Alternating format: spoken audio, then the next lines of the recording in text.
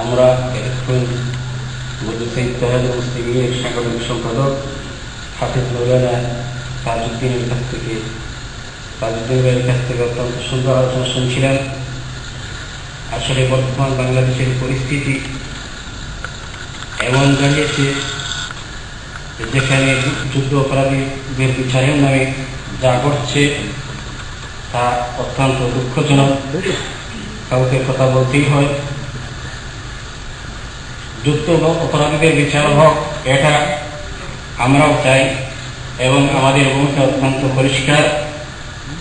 কিন্তু দুঃখজনক হলো ওখানে যাদের গায়ে জুতা ছুঁড়ে মারা হচ্ছে, তাদের মাথায় টুপি, মুখে দাড়ি, সেটা কোনো সচেতন ইমান দেওয়া পারে না। তো আমাদের হাতে অনেক আলোচকবৃন্দ রয়েছেন, ভূমিকায় আমি লম্বা সময় নষ্ট করতে চাই না। এবারে আপনাদের সামনে গুরুত্বপূর্ণ আলোচনা নিয়ে আসছেন হাফিজ মৌলানা আব্দুল আউয়াল সাহেব, মজলিস ইত্তেহাদুল মুসলিমিনের প্রশিক্ষণ সম্পাদক।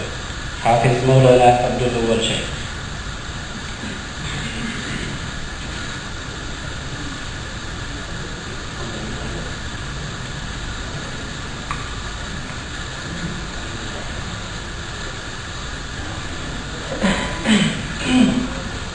السلام عليكم ورحمة الله وبركاته.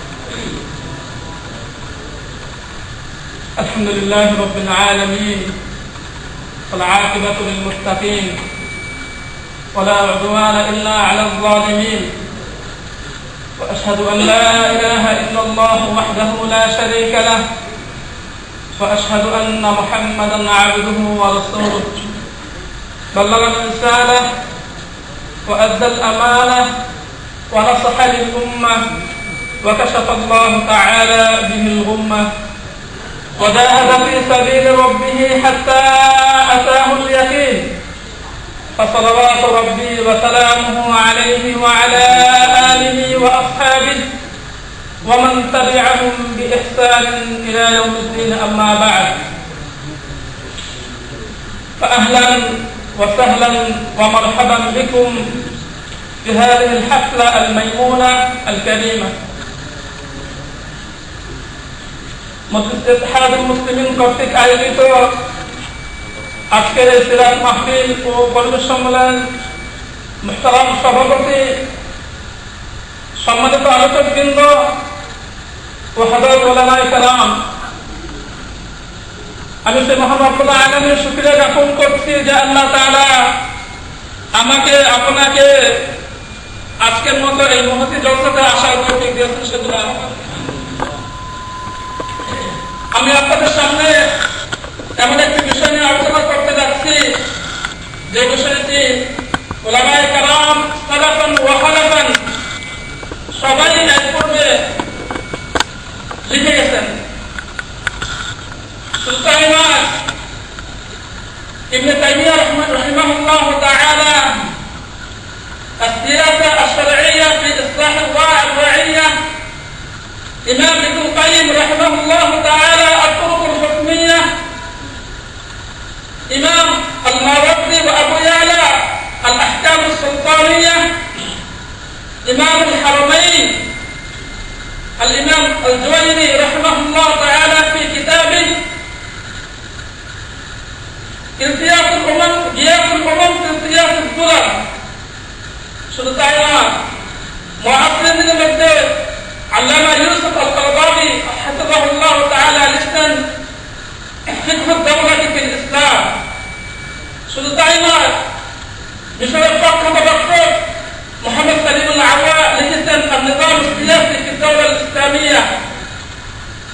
সে আমার উস্তাদ, কাতার ফাউন্ডেশনের উস্তাদ হযরত আল্লামা আব্দুল আহমদ রাইসুনি ফিকহ আদ-দাওলা, সেই ডক্টর কাহতার আল-হামাদানি আল-মাদখাল ইলা আল-উলুম আস-সিয়াসিয়া। এই কয়েকটি কিতাব আমি মোতালা করছি। যে বিষয়টা আমি আপনাদের সামনে আলোচনা করতে যাচ্ছি তা হচ্ছে ইসলামী রাষ্ট্রের মূলনীতি। রাসূলুল্লাহ সাল্লাল্লাহু আলাইহি ওয়াসাল্লাম যখন মক্কা থেকে মদিনা হিজরত করেন, এই প্রসঙ্গে আল্লামা ইউসুফ আল-কারদাবী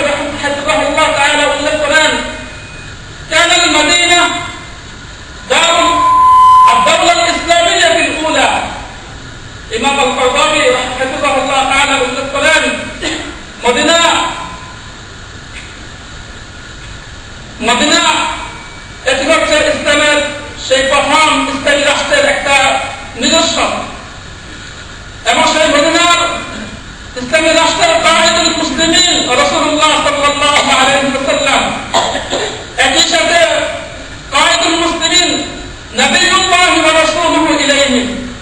শুধু ইসলামী স্টেটের রাষ্ট্রপ্রধানই নয়, প্রেসিডেন্ট নয়, একই সাথে আল্লাহর পক্ষ থেকে নবী ও রাসূল। আল্লামা ইউসুফ আল-কারদাবী হাফিজাহুল্লাহ তাআলা ওনার কিতাবে উল্লেখ করেন ফিকহুদ দাওয়াত ফিল ইসলাম যে রাসূলুল্লাহ সাল্লাল্লাহু আলাইহি ওয়াসাল্লাম উম্মতে মুহাম্মাদীকে ক্বাবলা আন ইউলাদ ইলা ওয়াফাত হাত্তা ক্বাবলা আন ইউলাদ ইলা বা'দাল মাউত, যে একজন উম্মত, একজন মুসলমান তার জন্মের পূর্ব থেকে মৃত্যু পর্যন্ত প্রত্যেকটা ক্ষেত্রে তার কি করণীয় সেই দিক নির্দেশনা দিয়ে গেছেন। শুধু তাই নয়, তিনি উল্লেখ করেন রাসূলুল্লাহ সাল্লাল্লাহু আলাইহি ওয়াসাল্লাম ওয়াজহাল উম্মাহ মাযা ইয়ামাল ওয়া কাইফা ইয়াসির ফি হায়াতিহি আল-ইয়াওমিyyah আল-উসরিyyah আল-ইজতিমা'iyyah আস-সিয়াসিyyah ওয়া কাইফা ইউআমিল মা'আল আল-আখar। রাসূলুল্লাহ সাল্লাল্লাহু আলাইহি ওয়াসাল্লাম দিক নির্দেশনা দিয়ে গেছেন উম্মতকে, যে উম্মত তার ব্যক্তিগত জীবন, তার পারিবারিক জীবন, তার সামাজিক জীবন, তার রাষ্ট্রীয় জীবন সে কিভাবে পরিচালনা করবে।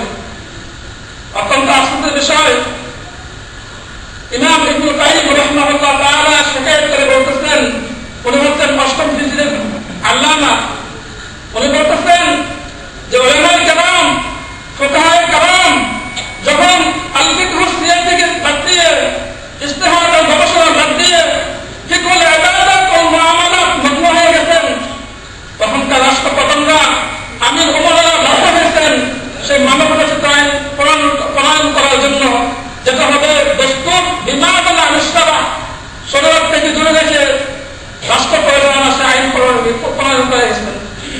আপনারা সবাই জানেন সাম্রাজ্যবাদ, আল-ইস্তিমার আল-গারবি, ব্রিটিশ সাম্রাজ্যবাদ শুধু বাংলাদেশে নয়, তার ভারত উপমহাদেশে নয়, ওরা এবং ওদের মিত্ররা যারা সাম্রাজ্যবাদ করেছেন, তাদের অন্যতম উদ্দেশ্য ছিল তাসকুদ্দিন আল-দাওলা, তাসকুদ্দিন আল-দাওলা, যে রাষ্ট্রীয় ব্যবস্থায় ইসলাম থাকতে পারবে না।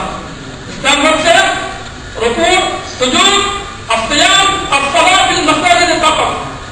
ইসলাম থাকবে সেই মসজিদে, ইসলাম থাকবে সেই মাদ্রাসা, ইসলাম আপনার বেঞ্চে, আপনার রাষ্ট্রীয় ব্যবস্থায়, আপনার আদালতে, আপনার কোর্টে, আপনার কাছে ইসলাম থাকতে পারে না।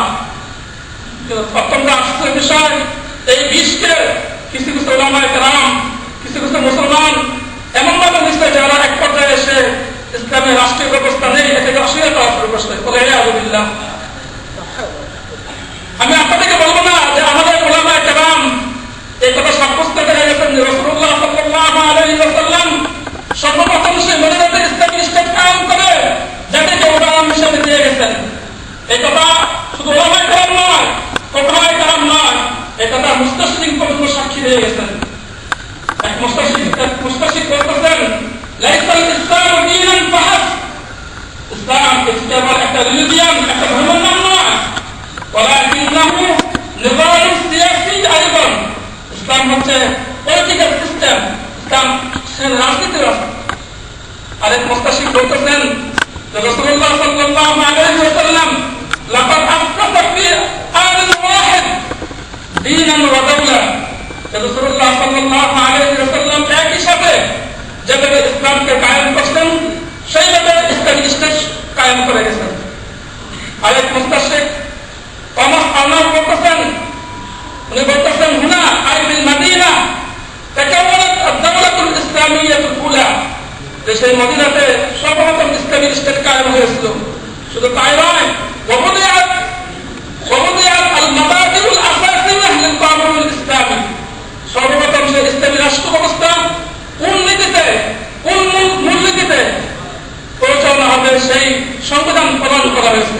আপনারা সবাই জানেন দস্তুরুল মদিনা, ওয়াজিফাতুল মদিনা, সেই মদিনা সনদ, মদিনা সংবিধান রাসূলুল্লাহ সাল্লাল্লাহু আলাইহি ওয়াসাল্লাম উম্মতের জন্য মদিনাতে ইসলামী স্টেট কায়েম করে তা আমাদের জন্য উদাহরণ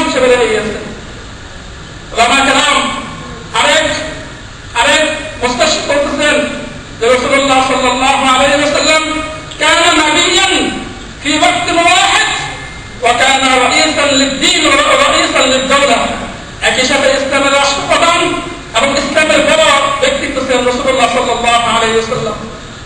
আজকে আমি আপনাদের সামনে যে বিষয়ে আলোচনা করতে যাচ্ছি তা হচ্ছে ইসলামী রাষ্ট্রের মূলনীতি। হযরত ওলামায়ে কেরাম আপনারা যখন আমাদের পূর্বে যে বক্তা আলোচনা করে গেছেন, ওর আলোচনা থেকে আমরা বুঝতে পারি যে বাংলাদেশ ইসলামী রাষ্ট্র, কিন্তু বাংলাদেশ ইসলামী রাষ্ট্র হওয়ার পরেও সে কতটুকু মূলনীতি সে ফলো করছে। আপনারা যখন দেখতে পারবেন সে ইরাক, আফগানিস্তান, ফিলিস্তিন, পাশে সে ইসরায়েল, সে দুশ্মন রাষ্ট্র হওয়ার পরে সে কিভাবে রাষ্ট্র পরিচালনা করতেছে, ইসলাম কিভাবে রাষ্ট্র পরিচালনা করতেছে, ইনশাআল্লাহ আমি আপনাদের সামনে এখানে কয়েকটি মূলনীতি বলবো। ইসলামী রাষ্ট্রের অন্যতম মূলনীতি হচ্ছে আদ-দাওলা ইসলামিয়া, দাওলা মাদানিয়া, মারজিউহা আল-ইসলাম। আল্লামা তাবরানী হাফিজাহুল্লাহ তাআলা ওনার কিতাব ফিকহুদ দাওলা উল্লেখ করছেন, ইসলামী রাষ্ট্র এটা দাওলা দ্বীনিয়া নয়, কেবল এটা দাওলা ইলমানিয়া নয়, এটা হচ্ছে দাওলা মাদানিয়া, মারজিউহা আল-ইসলাম। এটা মাদানী রাষ্ট্র হবে এবং সেটা কোরআন ও সুন্নাহ ভিত্তিক হবে। এবং তার কাজ কি? আল্লাহ তাআলা কোরআনে উল্লেখ করেছেন, আল্লাযীনা ইম্মাক্কান্নাহুম ফিল আরদি আকামুস সালাতা ওয়া আতাউজ যাকাতা ওয়া আমারু বিল মা'রুফ ওয়া নাহাউ আনিল মুনকার। আমি যাদেরকে এই পৃথিবীতে প্রতিষ্ঠান করব, প্রতিষ্ঠিত করব, ওদের অন্যতম এক নম্বর কাজ হচ্ছে আকামুস সালাত, নামাজ কায়েম করবে, ওয়া আতাউজ যাকাত এবং যাকাত আদায় করবে, ওয়া আমারু বিল মা'রুফ ওয়া নাহাউ আনিল মুনকার এবং সত্যের আদেশ করবে, অসৎ কাজ থেকে উন্মুক্তি নিষেধ করবে। অন্যতম মূলনীতি হচ্ছে ইসলামী রাষ্ট্রের দাওলা ইসলামিয়া।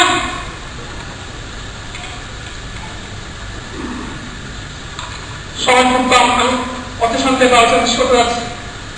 দাওলা ইসলামিয়া, দাওলা আলামিয়া। ইসলামী রাষ্ট্রের মধ্যে কোনো জাতীয়তাবাদ, ইসলামী রাষ্ট্রে কোনো কওমিয়ত, কোনো অংশীদার থাকবে না। কারণ ইসলামী রাষ্ট্রে রাসূলুল্লাহ সাল্লাল্লাহু আলাইহি ওয়াসাল্লাম মুআদ্দিস কানা রাসূলুন লিল আলামিন মাবউস লিল আলামিন। রাসূলুল্লাহ সাল্লাল্লাহু আলাইহি ওয়াসাল্লাম সবার জন্য রাসূল হিসেবে পৃথিবীতে আগমন করেছেন, ওয়া মা আরসালনাকা ইল্লা রাহমাতাল লিল আলামিন। তিন নম্বর অন্যতম মূলনীতি হচ্ছে দাওলা ইসলামিয়া, দাওলা শারঈয়া দাস্তুরিয়া, কোরআন সুন্নাহ ভিত্তিক তার সংবিধান হবে। চার নম্বর ইসলামী রাষ্ট্রের অন্যতম মূলনীতি হচ্ছে দাওলা শুরিয়া, লা ইসলামিয়া ওয়া লা কায়সারিয়া। শূরা ভিত্তিক, মজলিস শূরা কর্তৃক সে রাষ্ট্র পরিচালনা করা হবে। পাঁচ নম্বর হচ্ছে ইসলামী রাষ্ট্রের অন্যতম দাওলাতুল হিদায়া, লা দাওলাতুল জিবায়া। আল্লামা আবুল হাসান আলী নদভী রাহিমাহুল্লাহ তাআলা বলেছেন, ইসলামী রাষ্ট্রের অন্যতম উপলব্ধি হেদায়েত দেওয়া। রাসূলুল্লাহ সাল্লাল্লাহু আলাইহি ওয়াসাল্লাম মক্কা বিজয়ের পর তখনকার জেলার বাদশাহ চিঠি লিখতেন, ইসলামের প্রতি আহ্বান করছেন।